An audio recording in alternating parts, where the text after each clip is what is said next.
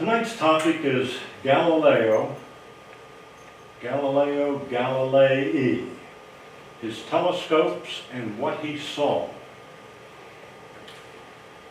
The telescope hang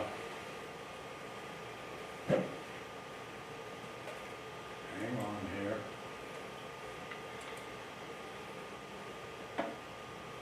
Galileo was born in 1564, died in 1642, and had a very eventful life. He was a scientist across what we now know as physics. Here is a copy of a sketch of a telescope that was in a letter by a fellow by the name of Giovanni Battista della Porta. If that isn't Italian, I don't know what it is. But it was a schematic of what we know today to be a type of telescope, which you will use tonight. An objective lens out here, and an eyepiece lens back here, and some kind of a tube where you can focus the image. Typically known as a refracting type telescope. Here are photographs of several of his early telescopes. You notice they're all very long compared to their diameter.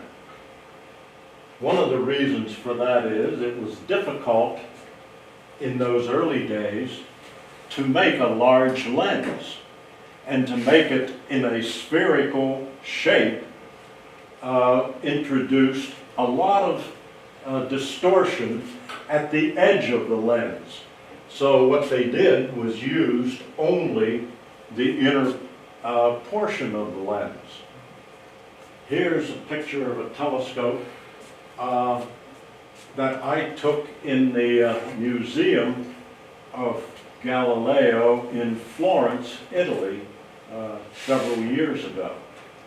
And this one is a little larger than these, but again, it has, using the more central part of the lens to help minimize the distortion. Here are inexpensive little telescopes that you can buy in department stores. Inexpensive, on rickety little tripods, but the important thing that I want to show here is they're better optically than the telescopes that Galileo had. Much better. So you can go out and spend $55 or $85 or $105, and you will have a telescope optically far superior to what Galileo had.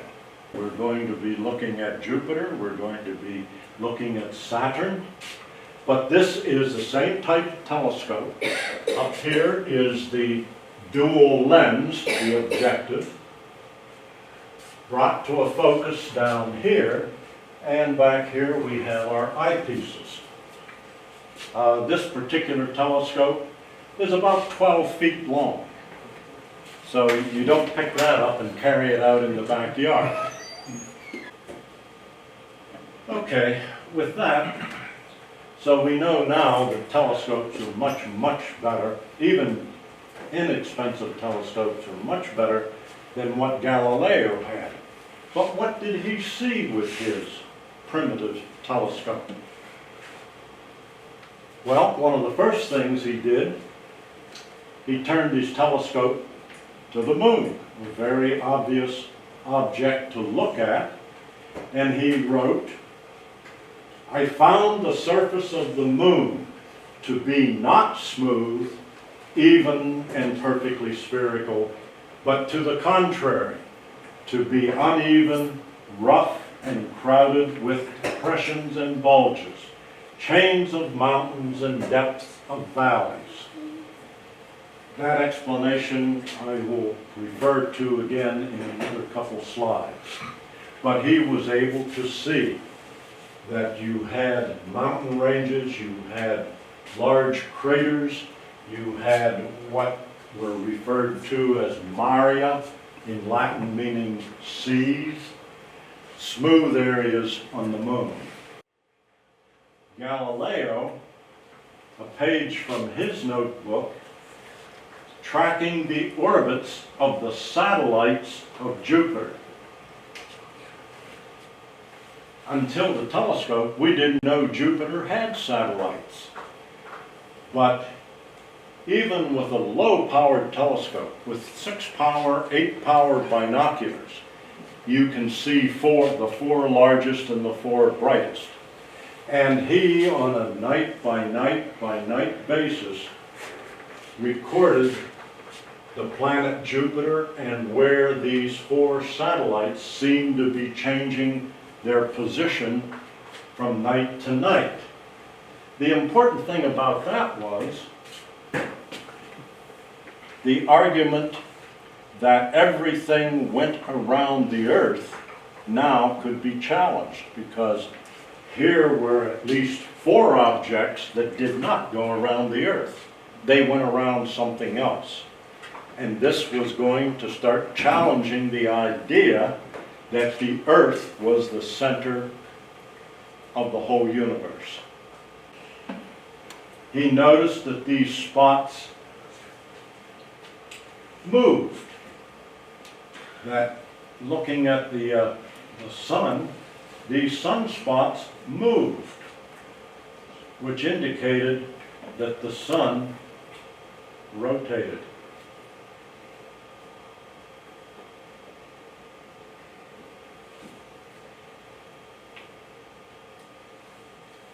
So not only did it have imperfections, but it moved. That's awesome. Okay, sit down, be very careful. Everything's gonna look. That is really cool.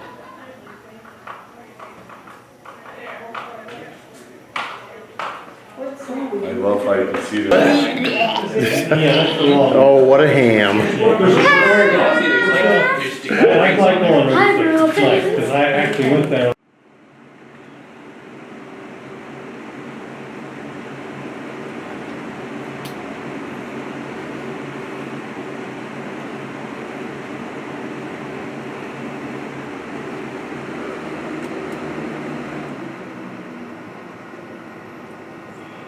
That's nice. And you could see it. Get a picture of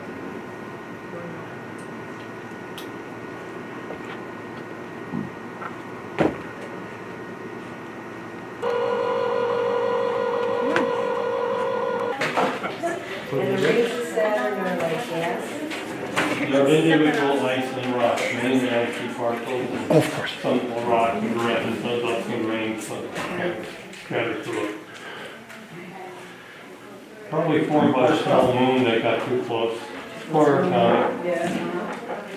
My son is last week, so let's see how it's different now.